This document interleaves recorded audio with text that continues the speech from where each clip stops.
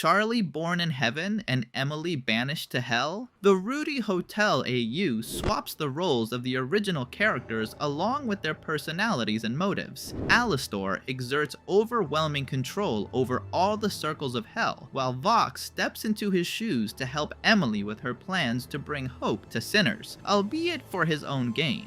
Featuring new additions to the universe such as Archangel Michael, tethered to hell by chains forged by God, and Eve, who appears as the commander of the exorcists, the familiar narrative takes a sharp turn toward a different path with far-reaching consequences. Lute lost her left arm to it, a day that didn't just scar her body but reshaped her destiny forever. Her current arm, shaped like a bat's wing, was forged through complex magic. It's far more than a simple prosthetic, it's a sophisticated spell that restored her ability to fight, though not without a price. The magic's side effects have left her with bat-like traits, altering her very nature. As a combatant, she is lethal, precise, and highly skilled, but her greatest strength is also her fatal flaw, overconfidence. In battle, she is reckless, driven by bloodlust and an obsessive need to prove her superiority. She fights with fury, never fear. Since being banished to hell, she has lived for revenge. Every move she makes is part of a larger endgame, and in her eyes, Emily isn't a friend, she's a tool. To Lute, the Ruddy Hotel isn't a symbol of hope, it's a strategic maneuver. Emily isn't hellborn. She was cast down from heaven alongside other angels we'll meet later. Her fall wasn't an accident, it was a consequence. Much like the bond between Vaggie and Charlie in the original series, Emily saves Lute from it. In that moment, she sees the truth. Lute is an exorcist. She doesn't need proof or a confession. Something in Lute's eyes gave her away instantly. Emily understands that not everyone deserves redemption, but she still gives her all to those who genuinely want to change. Her goal isn't to stop the extermination, but to prove there's another way out, that even demons can strive for more. She's always there to listen, to support, and to offer a smile, even if it means burying her own trauma in silence. Then there's M, a serpent with an M marking on its head, named by Emily herself. M is cheerful, energetic, and a bit dramatic. She isn't just an extension of Emily, but a sentient being, though they share a partial emotional link. M often lightens the mood at the hotel when things get too heavy. This is how Emily begins her mission,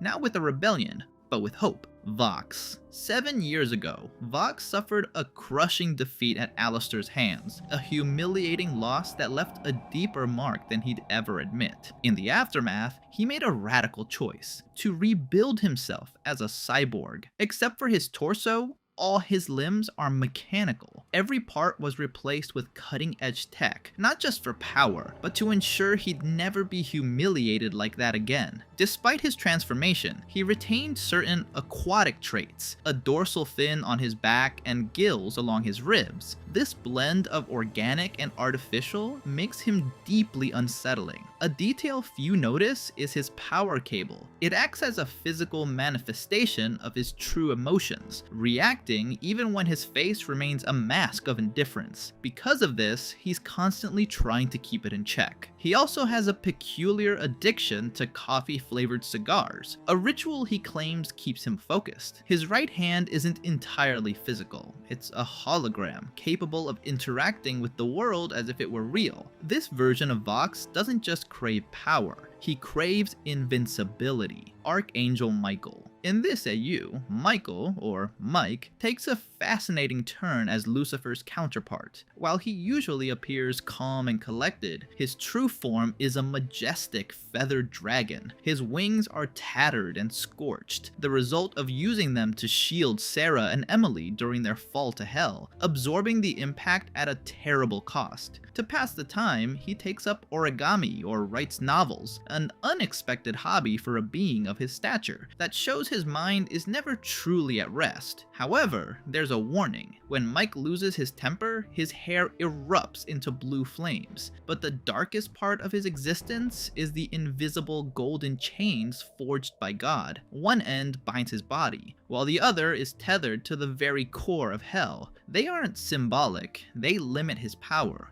torture him and hold him captive against his will. Michael isn't a ruler. He's a prisoner.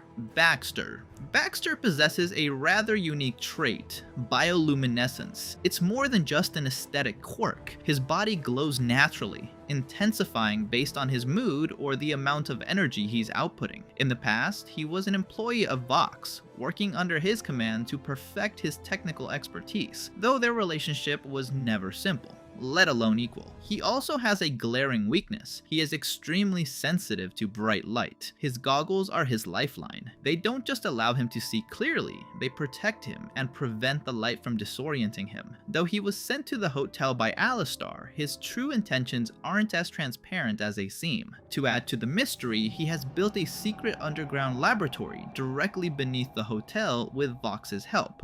But in hell, nothing comes for free. In exchange, Baxter must manufacture equipment and devices for Vox whenever the demand arises. Cherry Bomb. Cherry boasts an ability as dangerous as it is impressive. By consuming metal and gunpowder, she can manufacture bombs within her own body. When the situation calls for it, she regurgitates them for combat, literally weaponizing whatever she ingests. But that's not all. Cherry is essentially a living explosive. She retains her signature ticking time bomb attitude, but here it's taken to the extreme. In dire straits, she can sacrifice herself to trigger a massive explosion capable of leveling everything in her vicinity. Even then, it wouldn't be the end for her. She can regenerate after detonating, but the process is slow, agonizing, and exhausting. Every blast leaves its mark, both physically and emotionally. She carries a long scar on her right leg, a permanent souvenir from a run-in with an exorcist, serving as a constant reminder that danger is always lurking. On a stranger note, her hair is actually edible. She can cut or pull it out without issue, and it will regrow to a certain length, a peculiar trait that can actually be quite useful in the depths of hell. Velvet? Velvet remains a doll, much like in the original series. Her ball-jointed limbs are detachable and replaceable, making her a living assembly project, though no less dangerous for it. She lost her right elbow to it, leaving her with no choice but to replace it with a part that doesn't quite match the rest of her body, a detail that slightly cracks her perfect aesthetic, which is ironic considering her obsession with style. After a devastating fall from grace and losing her Overlord status, she was subjected to extreme cyberbullying. The constant mockery and vitriol forced her to hide behind an anonymous account, just to move through the world without becoming a target for public humiliation. In this universe, she doesn't just have an eye for fashion, she's a master of interior design, capable of transforming any space into something visually stunning even amidst the chaos of hell. But beneath the style and poise lies a darker truth. Her soul is under Vox's thumb. No matter how free she appears, she is still on a leash. Valentino. Valentino steps into Husk's role, and with him, the dynamic shifts entirely. In this universe, Val isn't the sexual predator we know from canon, but that doesn't make him a good guy. He remains a toxic, arrogant, and abusive former boss. His nasty streak is still there, it just manifests differently. The most striking part of his design is that he is completely blind. His left eye bears a long scar from an exorcist, while his right eye was rendered useless after he blinded himself with ground-up angelic steel dust. Despite his lack of sight, he navigates flawlessly thanks to the two antennae on his head, which act as high-precision sensors. Without his vision, his other senses have sharpened to a superhuman degree. Another notable detail, the wings on his back are actually a cape designed by Velvet. For 7 years, Val compulsively tore out his own wings over and over again. Because they were mutilated so many times, they have been painfully slow to regrow. Most importantly, his soul is owned by Vox. This means that while Val keeps his difficult personality, he isn't the one calling the shots. Nifty. In this AU, Nifty is an overlord, but a specialized one.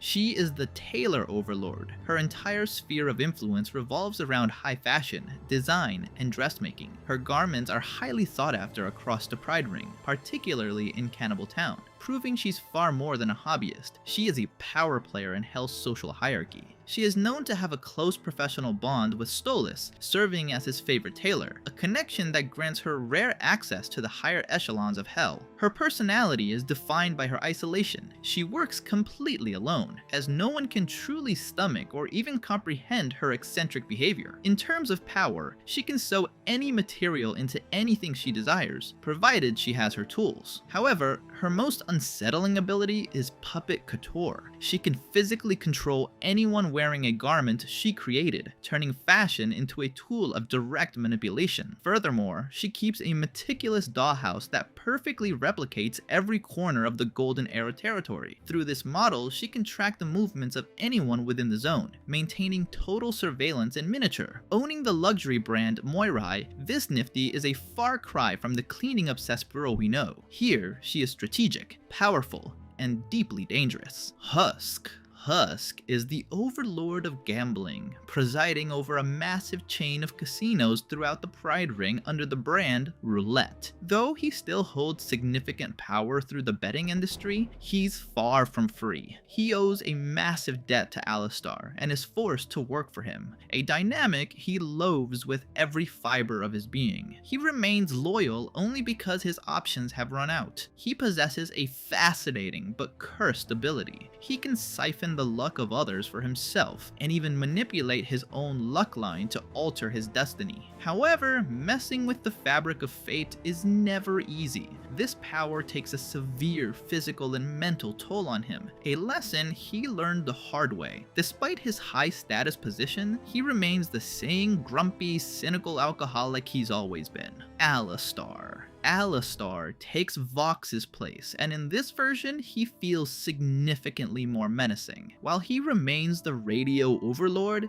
this version leans into his pilot persona, unpredictable, theatrical, and deeply disturbing. A major shift in this universe is that he does not own the souls of Husk or Nifty, which completely reshapes his control dynamics. His radio program isn't just a hit in the Pride Ring, it's broadcasted throughout every circle of Hell. His voice is omnipresent, and the most terrifying part is that you don't need to see him to exert his influence. Merely hearing him is enough. He has a literal radio embedded in his chest between his ribs, which he uses to switch stations, play music, or weaponize uncomfortable silences. He is accompanied by sentient dolls crafted by Nifty, which he has animated with his own dark magic. They aren't just props, they watch, they move, and they report back to him. Angel. Angel Dust steps into Cherry Bomb's role as a reluctant member of the mafia. It's a life he despises, but one he ultimately returned to. His relationship with his twin sister Molly is fraught with tension and a complicated shared history. Before returning to the family business, he was a famous actor under the name Angel Dust, during which time he was manipulated by Valentino. When the studio finally closed its doors, Angel thought he was finally free, only for his father to find him and drag him back into the crime syndicate he always hated. He can shoot webbing from his fingertips and possesses a paralytic venom, though he has yet to master it. It currently only immobilizes targets for a short time. Despite his rough exterior, he is fiercely protective of Cherry. It was Angel who convinced her to stay when she wanted to flee after Valentino appeared, unable to turn his back on what was done to his friend. Eve. Eve takes Adam's place as the leader of the exorcist. She and Lilith are considered sisters, having been crafted from the same primordial clay, though their bond is strained by unresolved differences. In this timeline, Adam fell the moment he and Eve began to develop feelings, meaning they never had children together, a detail that fundamentally alters the history of humanity. Notably, Eve was not the first human soul to enter heaven. She shows two very different sides of herself. With the exorcists and the children at the orphanage, she is remarkably kind, soft, and protective.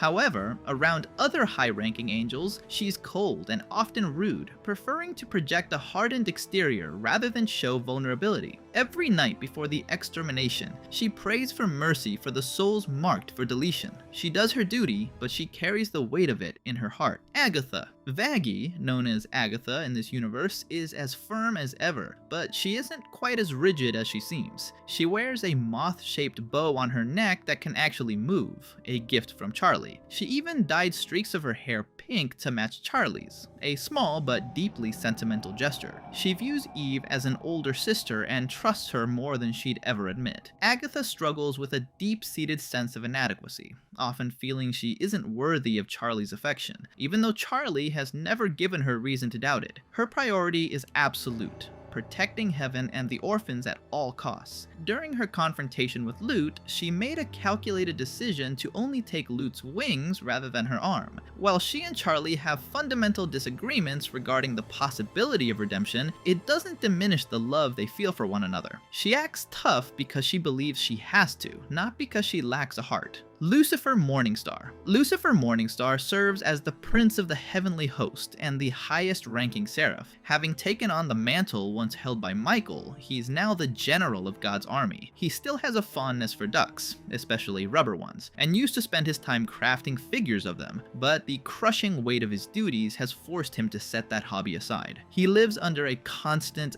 unrelenting burden. The responsibility is staggering, and the work is never-ending. For Lucifer, stress is simply a part of daily life. Memories of Michael and the scars of the Great War still haunt him, lending him a weary air and a gentle smile that rarely reaches his eyes. Despite his exhaustion, he tries his best to manage his time so he can be present for his family. It is only when he's alone with Lilith that he truly lets his guard down, allowing himself to rest, listen to her sing, and simply be. It doesn't fix everything, but it gives him the strength to keep going. Charlotte Morningstar. Charlotte Morningstar takes Emily's place as a seraph in training. As a fledgling, she only has 4 wings, which she typically keeps folded around her like a cape. Known as the Seraph of Joy, she possesses a bright, light energy that naturally puts those around her at ease. She wears an anklet given to her by her girlfriend, Aggie, a small token, but one she treasures deeply. Her hair is soft and fluffy, with a texture reminiscent of wool or clouds, and she has dyed pink streaks into it to match Aggie's. Charlotte's ambition to become a full seraph isn't just about helping others. She wants to work closer to her parents and support them in their duties. She is notoriously stubborn when it comes to her goals and hates being coddled or treated like a child, feeling she's capable of far more than she's allowed to do. When she's feeling down, she visits the orphanage, where she feels most useful and centered. She is an optimist, certainly, but she isn't naive. She is simply determined to grow on her own terms. Lilith Morningstar.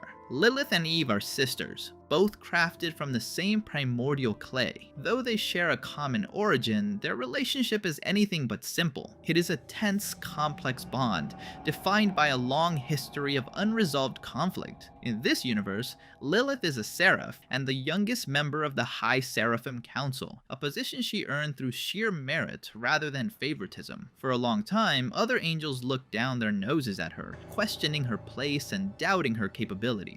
Lilith refused to be sidelined, climbing the celestial ranks through her own strength. She was driven by 2 goals: to lighten Lucifer's impossible workload and to silence those who once belittled her. However, the cost of her success has been high. She lives in a perpetual stress, buried under an endless mountain of responsibility where every decision carries immense weight. She suffers from frequent migraines, but maintains a flawless public image, refusing to show a hint of weakness. A symbolic detail of her restless nature is her hair, which flows as if caught in a constant wind, even when the air is perfectly still, as if she can never truly be at peace. Sarah. In this universe, Sarah is the queen of hell and Emily's older sister. She is a figure who commands absolute respect, carrying an aura of authority and a heavy burden that few can truly grasp. Her relationship with Michael is not romantic. She views him strictly as a friend and a colleague with whom she once shared the weight of leadership.